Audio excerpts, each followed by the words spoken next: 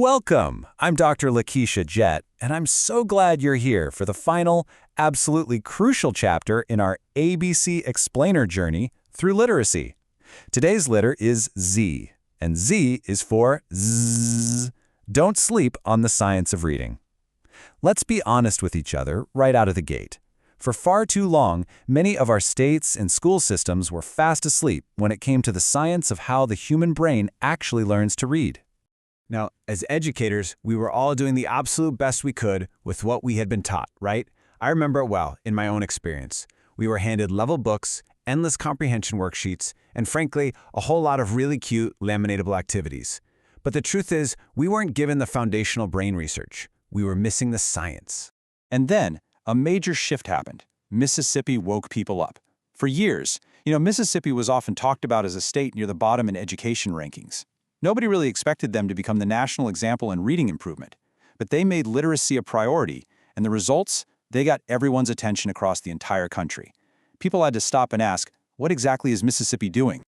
Well, Mississippi's progress brilliantly illustrates that reading improvement does not happen by accident. It happens when adults decide that students deserve better. They deliberately invested in early literacy, comprehensive teacher training, coaching, and evidence-based practices. This turnaround got the country's attention, and it prompted lawmakers everywhere to start passing new literacy laws. Section 1. Defining the science more than a trend. With all these new laws passing, it's absolutely vital we're crystal clear in our definitions. So let's clear up some common misconceptions. The science of reading is not a trend, it's not a catchy slogan, it's not a box program you can just buy, and it is definitely not only phonics.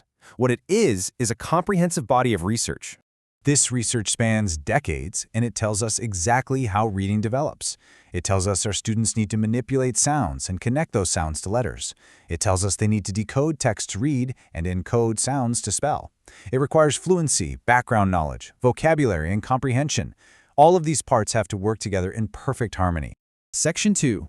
Why this work matters. Knowledge into action. We have the policies and the definitions, but let's shift to the heart of the matter. Knowing about the science of reading is not enough. We actually have to use it. Students do not benefit from what adults know if that knowledge never reaches classroom instruction. The ultimate goal must always be stronger teaching. A teacher who truly understands this science is a literal game changer.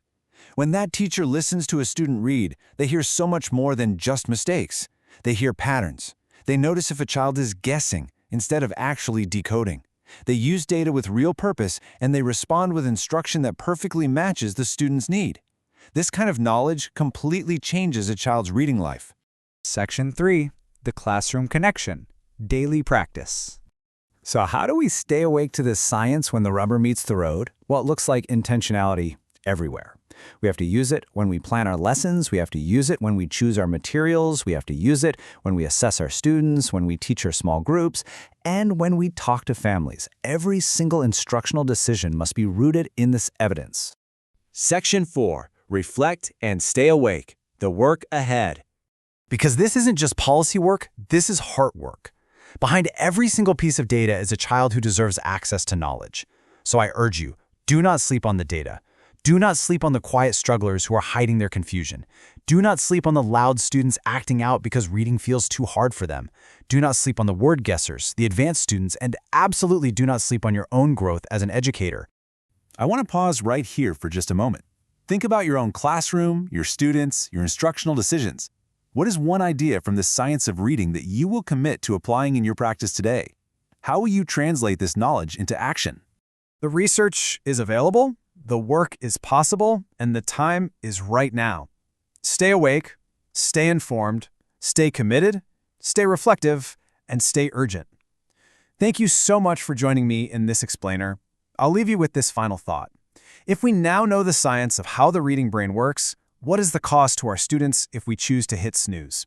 Now go out there and let's change some lives.